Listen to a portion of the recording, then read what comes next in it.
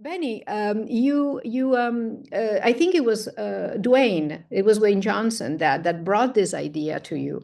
Were you surprised, and were you following wrestling or mixed martial arts or? Yeah, it was interesting because I had been boxing at that point for about 9 years. So I had already been exposed to the kind of the camaraderie and love that exists in where I would box. And I'd gotten to know fighters. And the best experiences I had going to fights were fights in like casinos 5 minutes outside of JFK. And I happened to know the person who was fighting, and I was so connected to their fights, and I was so connected to the way that they just either won or lost. So, but at that time, I didn't know what I wanted to do with it, but I knew it was a world that I was very interested in. And Dwayne happened to approach me and Josh in 2019 about this. And as soon as I watched the documentary, I just thought, this is kind of exactly the place to explore all of these things that I've been thinking about, specifically with the world of fighting. Because I had been a fan of MMA. I went to a fight with my stepfather in 2002. I watched the VHSs or the pay-per-views that were banned in the United States, and I love boxing. So there's an element of me that, even though I know it's it's bad, it's like it hurts somebody. There's an element of me that I just love what happens in the ring, and also the people inside of it, and I wanted to really make a movie that made you feel like what it was like to be that person and change your perception of reality in a way to be them, to really get inside their head.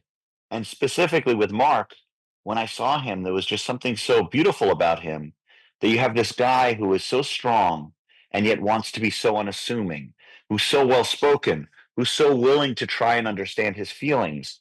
And then at the same time, there was this intense relationship that existed between him and his girlfriend that in the documentary is not really explored at all because they weren't allowed to see them. So it's very obviously a very big part of his life. So I used that as the springboard for the movie to really explore what doing something like that does to the person you love or you're in a partnership with. And then I also just wanted to see what it's like to be that person and then have to perform for other people, have to hide your own emotions for the benefit of others, because very clearly he was struggling and he has a hurt inside of him, but he doesn't let anybody show that. And that's something I can relate to myself, just in the things that have happened to me. Nobody knows what I've been through, but it's part of that is that it's I don't want to make that an excuse for myself as Mark too, you don't want to let your sadness define you as a human being or the things that happen to you. Were you surprised that Dwayne was interested in Oh my this God. material? It was first when I first met him, I didn't know what to expect because I thought it's Dwayne Johnson. First, I wanted to know, is it real? Is his charisma and his kindness truly real? And the moment I saw him, I realized, yes, it is. He's totally connected to you. But the fact that he wanted to tell this story about this guy was so interesting to me because it almost was like as I spoke to Dwayne, I learned that it was almost like this could have been him. This was an alternate reality that he could have very well been on. He almost decided to start learning MMA when his wrestling career wasn't working very well. He thought about it. So I think in his head, he thinks that maybe my life could have turned out like Mark's. And there's that idea that, okay, well, then I'm going to recreate a world where that is the case and allow Dwayne to express those feelings, because they're feelings that I have, there's feelings that he has that we all saw in Mark that we wanted to just kind of explore and put on screen. And it really is about putting emotions and feelings in the movie and changing certain things about how you experience time and how you experience relationships, and where you make connections. You can take very small moments and make them large. I don't think that a bowl should really be that important, but in this movie, it's so important. I don't know how many of you gasped when she threw the bowl, but that seems to be what happens when people watch the movie. Being that both Dwayne and Mark, I mean, Mark participated to Oh, for sure. to the film, and given that both him and Wayne are fighters, and what did how did that engage you, and what was the interaction between that their world as the sports and you as a filmmaker? So the so with Mark, the first thing I said to him is I told him everything about my life. Because I said, if you're going to trust me with your life, I'm going to trust you with mine. And I said everything. Um, the stuff I was talking about before, Mark knows, you know, and that made us get closer to one another. And because there was something, I really felt bad that this person felt so discarded. You know, he was part of the beginnings of such a sport that's so well known, and yet he wasn't recognized in a way that I felt he should be, you know, and I felt he said he felt discarded on the side of a highway. And I just felt terrible about that. And I really did find a connection of myself to him, you know, and as I spoke to him, we spoke as friends, you know, and I said I want to explore this your life because I feel it will be beneficial for people to experience it, you know. If you can empathize with this person, then maybe you can empathize with anybody really, you know, because it's somebody who's so nobody knows what that's like to, you know, to step into a ring with 90, I think the Tokyo Dome has 90,000 people, you know, screaming your name.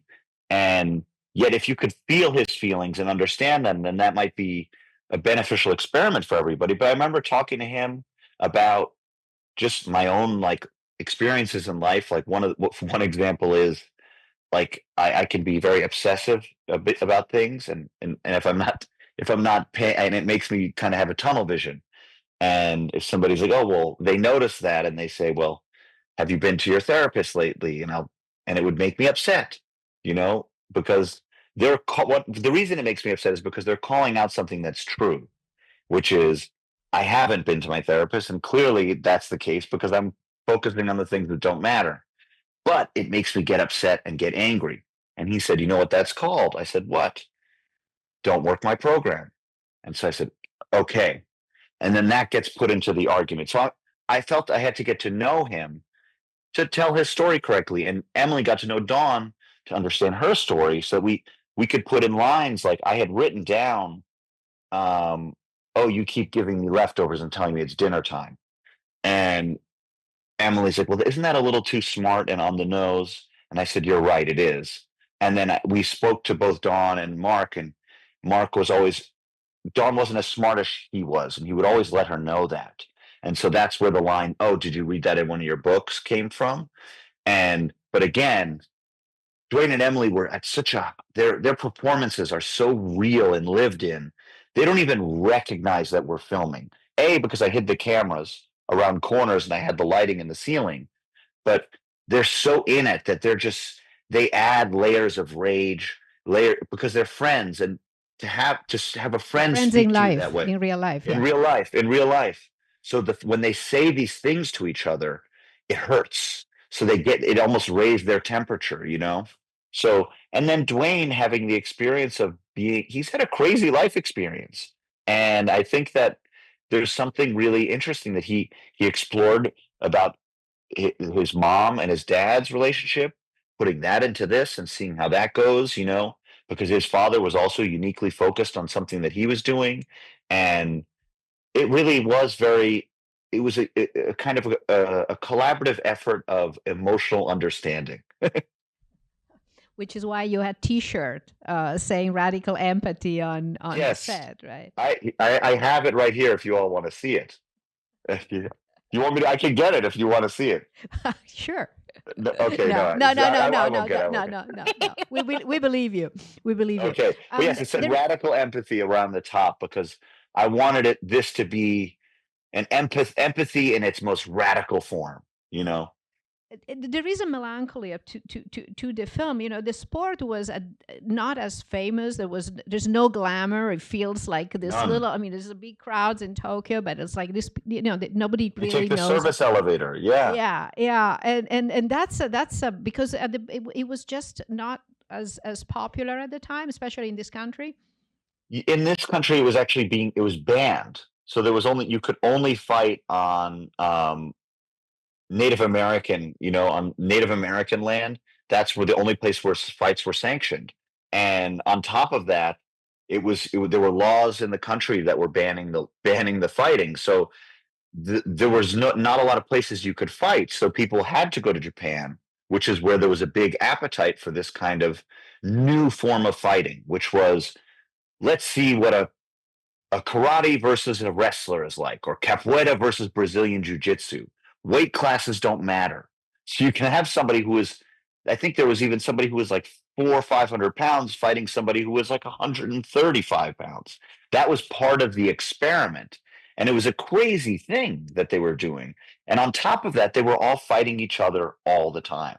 So they became friends. It was almost like a stand-up comedy circuit, if you like, how everybody knows one another, and they're, oh, where are you fighting, where are you doing this? They had all these different places that they could perform, and they were friends.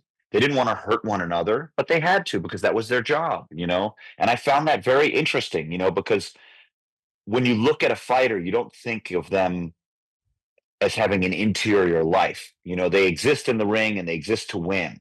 you know it's why for me, at least, when I look at basketball players and I find out they're like 19 years old, I'm like, oh my God, I thought they don't have an age associated with them, because they're doing something so large with so much pressure on them. And I wanted to explore what that pressure feels like and what it does to you outside. You raise your hand if you have a question. I'm going to ask one more, and then I you feel said like you're pretending there are people there, Julia. there are people here and they raise hands. Come I'm on. kidding. I'm kidding. No, I'm kidding. It's just because I can't see anybody. It's so strange. Well, that's the way we set it up. I love it. But no, and you were here. This room. You were here I love this in room. It's a August. beautiful Yeah, room. you were here for Nashville. So no, the question that you said before, I wanted the audience to be in the ring with them, but you made a Yes. point of shooting only from the outside. The camera never went in. Correct? That's right. That's right. Why was that choice? And then I'll open it. So I felt that by giving the viewer a specific point of view of where you were, that would make you closer to the action, because you would understand, okay, I'm standing here looking at this happening. And all of my edits are based on that. We would sit there and we would Maceo Bishop, the cinematographer, we would figure out, okay, how could we cover this if this was real? And basically, we were a documentary with an insane amount of ability. We could put cameras wherever we wanted, just as long as they couldn't see each other. So if I put a camera in the ring, I couldn't cut to any shot outside of the ring unless you saw the camera person get out of the ring, because I wanted to preserve this idea of reality. And also, it was very helpful for me to make the fights look very realistic. I was able to use the obstacles in front of me and the movement of the cameras to hide a lot of tricks, to make the punches and everything look much more painful. Because I also realized that one day I was watching the fights with the sound off, and I realized, oh, I can do that. Because I was really nervous about how I could get a fight like this happening. And it was PTA who said to me, if I see this on my phone, meaning these fights, if I could see this on my phone, I better see it in this fucking movie. And I'm like, well, that's okay. It's like, I have to figure that out. And because you need the fights to look real, and if they don't look real, nothing else in the movie will feel real. So that's why I cast real fighters, so that would be one element of that part of it. But also, being out of the ring meant I could use the camera and the people to hide punches in a way that didn't look real, but that made it look real. But I realized also, if the camera's pointed up and you see somebody wailing away, when you pan down and the person's blocking the punches, the brain will fill in the gaps. Because if you add the sound of a punch hitting a face while you're looking at the person punching, and then you pan down and see them blocking it, you think, oh, they just started blocking the punches. Not that they were blocking it the whole time. But of course, the person's standing there like this, and he's hitting the pads the whole time. But it tricks you. And because it's moving so quickly, and it all looks like the camera is following the logic of realism, of where you would be, you don't think I'm tricking you. It's like sleight of hand in a lot of ways. There's a question there. Hey Benny, thanks for zooming in. And please, also, my pleasure. Dude, congrats on the film. It's really good. Thank you. So my question was about the editing side of it. Was it challenging? Did it go as planned, or was it harder than you thought to edit it? The editing was actually very hold on one second. Cosmo, you gotta get out of here. My son just he just came in. Oh wait, hold on, Cosmo. There he is. You guys want to say hey to everybody? Oh, this Hi, is actually one of the Cosmo. stars of the movie from the beginning. All right. The editing. Cosmo, you gotta let me answer the question, all right? Okay. Um, So the editing was actually very difficult because by the way I would direct is that I would put a lot of like the continuity mistakes and a lot of the errors onto myself. It allowed me a looseness in my direction because I didn't care about if somebody was in the same place. I didn't care if there was a mismatch of something because I knew that I could make it work. It would just take me a lot longer. And because I wasn't giving that job to somebody else, I felt okay about it. I'd feel really bad giving this footage to somebody who wasn't myself because there was a lot of stuff that you had to work through. But it was also the first movie that I did edit while I was shooting. I edited it like probably about 25 minutes during the production of the movie just to see if these things were working. But what I did realize is as I kind of found a way to kind of ease you into a montage of something, like you don't realize it's happening, but like I found that really exciting to kind of play with that idea of when you see a sports movie, you see montages, but they're usually very different. They're not kind of meditative in quality where all of a sudden you're like, wait, am I in a montage right now? Is this what's happening? And so those were things that I discovered as I was in the edit. And then I also realized that I could have the narrator be Stephen Quadros, the actual person from the fights.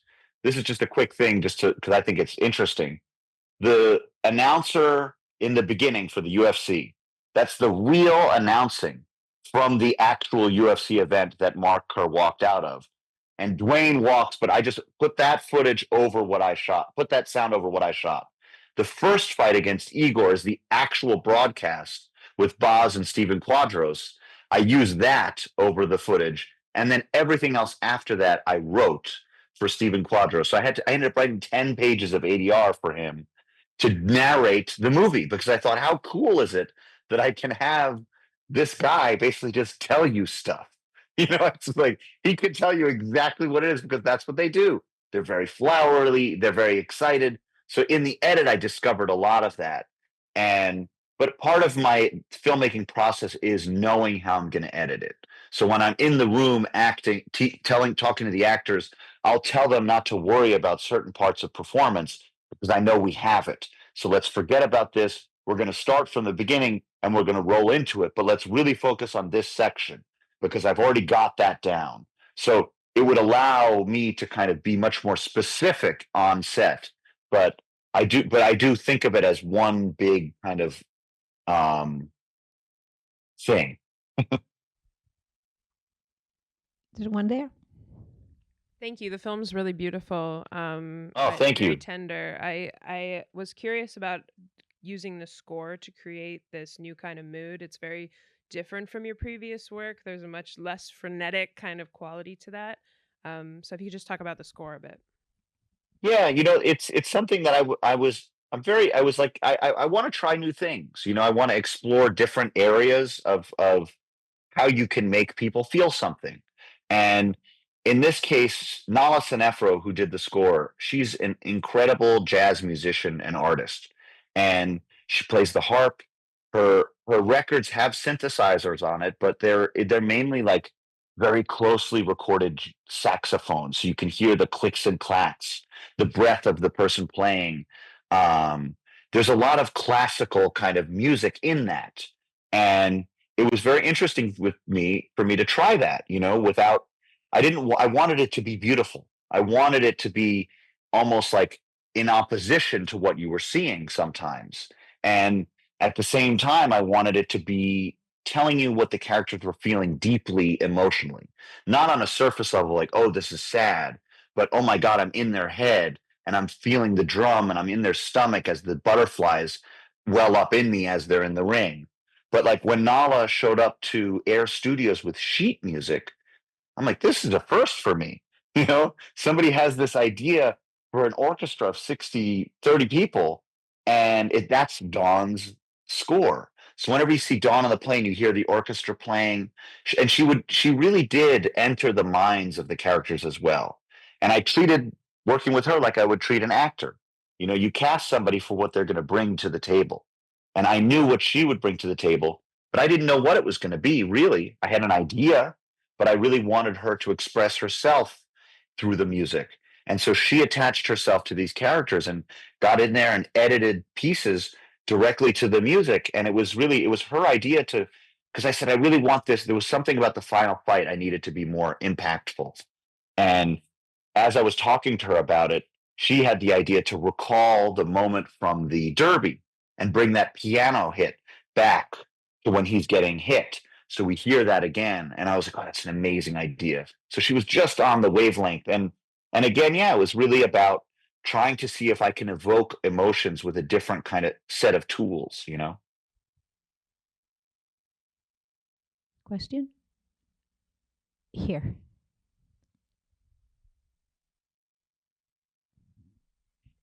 What's up, Safdie? How you doing, mate?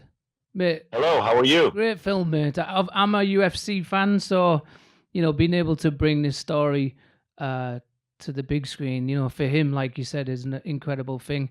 And obviously, you know, what you did for Lenny Cook back in the day, you know, was just another incredible thing. You know, you obviously really care about people and their stories. And then even, you know, the performance you got from Buddy back in the day, you know, was just another incredible thing. And obviously, it seems like you create the space for these performances to come out. You know what I mean? Just talk to me a little bit about that, because you do get incredible performances, even out of like the Japanese interpreters and stuff. You know, you do kind of tend to bring it out of almost everybody that you well, work thank with. you for I that. think so, you know. Yeah, it's for me. It's really about and it sounds cheesy, but it is very true. I want everybody to do as best as they possibly can, and I'm going to try my hardest to get them there. So on this one, it was a little bit different. I would do Jen Venditti, who was the casting director. She would send me interviews and pictures of these people, and then I worked with Maureen Webb, and then there was Chris. There was a whole other team of streetcasters in Canada. We would have all these people, and I would meet with every single person that I liked, and I would do the scenes with them. I would spend 45 minutes to an hour and a half sometimes with every person who speaks in the movie, because I wanted to see if they could do it. And then if they were right, I would do the scene with them. I would change the dialogue. I would improvise with them. At one point, even for the cop at the very end, for example, I played Don, and he was the cop, and I set up the scene for him, and I said, you have to come and deal with whatever the situation may be. And he was a real police officer, and somehow, I don't even remember how, I ended up on the ground in handcuffs, and the guy had restrained me, but he didn't even realize what was happening. But again, my goal was to just get him to be himself, to do it how he would do it. And he was so respectful, but I was being so kind of uncontrollable that he had to do that in that moment. And then even with the reporter, who was like one of the guys who says, 3? He goes, no, just one. And he goes, 3? He goes, no, just one. That guy, he's a dental implant salesman. And I cast him because I thought, oh, he'd have some knowledge of medical supplies. And so, but I'm dealing with him, and I'm trying to figure out, I know he looks great. And I would also give him the lines and have him translate the lines from Japanese, my English into Japanese, back into English, so that how he would translate it himself, because his first language was Japanese. And then we would just throw the script away, and then I would talk to him, and he couldn't laugh incredulously. He couldn't do it. He was too self-conscious. And so I said, I liken it to cracking a safe open if you don't have the combination. You have to listen very closely to the clicks. And once you hit one of them, then you know, okay, that's something I can use. You hear another one, there's another one. And then when you hit that third one, the safe opens and you have all of the beautiful riches that are inside, which is what the performance is. And so this guy, he said, I was kept trying. I said, well, what if somebody walks into your store and says, I want 3 implants? And he goes, 3 implants? And I go, yes, that's it. And then he got it. And then everything was amazing. And then there was another guy, the other reporter, who has to ask him about how he loses. And I said, you take your job very seriously and you really want to get to the bottom of this answer. And as we're on set, he's asking the question. And Dwayne says the line, I'm really trying to intellectualize it with you. And he goes, I said to him in the moment, I said, come on, you got to ask him. You're a reporter, remember? And so he goes, I said, you're a journalist. And he goes, I have to ask you as a journalist. And then it was like, so it really is born out of this kind of collective desire. And then there's even like the scene of the guy on the plane who lifts the shade. Dwayne was laughing to himself the whole time because I was giving this guy 300% of my energy to get him to do it properly, because I knew it was going to be a very difficult role to play, because it's a very small role, but it has to be very realistic. I didn't want him to overact like that. I didn't want him to do anything crazy, but I wanted him to be upset that he was interrupted by this person, suddenly recognize who was asking the question, even though he was asking it nicely, and have to do it even though he didn't want to, and then go back to his reading. And the guy was being he had so many ideas that it was very difficult to rein him in on that. But I kept going. I said, and finally Dwayne's sitting there like in this thing, and he's looking at me smiling because I'm with this guy, and I'm like, look, you could care less about him. And as a matter of fact, you don't even like him. You don't like this guy. The last thing you want is somebody to interrupt you. You're reading your book. Because he brought a book as a prop. So I'm like, you brought the book as a prop. That was an amazing idea. So you're reading this thing, and he has the nerve to interrupt you? That's insane. So the moment he interrupts you, you just got to look at him and give him a look like, what do you think you're doing? And he looks at him, and I said, and then you just say, okay, I'm going to open it. But then you go right back to what you're doing. And he's like, okay. And so we do it a bunch of times and we get it. But Dwayne looks at me, and I'm giving this guy everything I've got. And he thought that was really amazing. And it really is, just because I find it, when it doesn't work, I take it very personally. It hurts me. And there was a couple of people who I wanted to cast, and they couldn't get there, and I couldn't help them get there. And I felt it was always devastating. And David Copeland, one of the producers, was always like, it's okay. It's okay. Like, you tried. It was just, they were too self-conscious. And I was like, oh, no, I didn't try this. I didn't do that. But I really want them to feel like they did it, Then I'll ask it, because as a follow-up, you said that you were hiding the cameras. There are some Yes. really intense moments between the characters, both in the in the dressing room, and in the and in the house. You were hiding the cameras, and how many people? Can you tell us a little bit about that setup? Yeah. So I'll explain the locker room first, because in the locker room, I had the camera always stay on the outside of the locker room for the first fight, because I wanted that to be like an internal place. So the camera stops at the door and lets him cry. But then we had a camera hidden in a closet. So part of the reason I found this, so we picked that room because it had that beautiful bronze mirror, and everything else had to be built to make it look like Japan. It was the ugliest room you could have ever seen. We had to rebuild everything, literally the floor, everything. But it had a closet that looked into the mirror. So I was like, oh, that's a perfect place for me to hide the camera.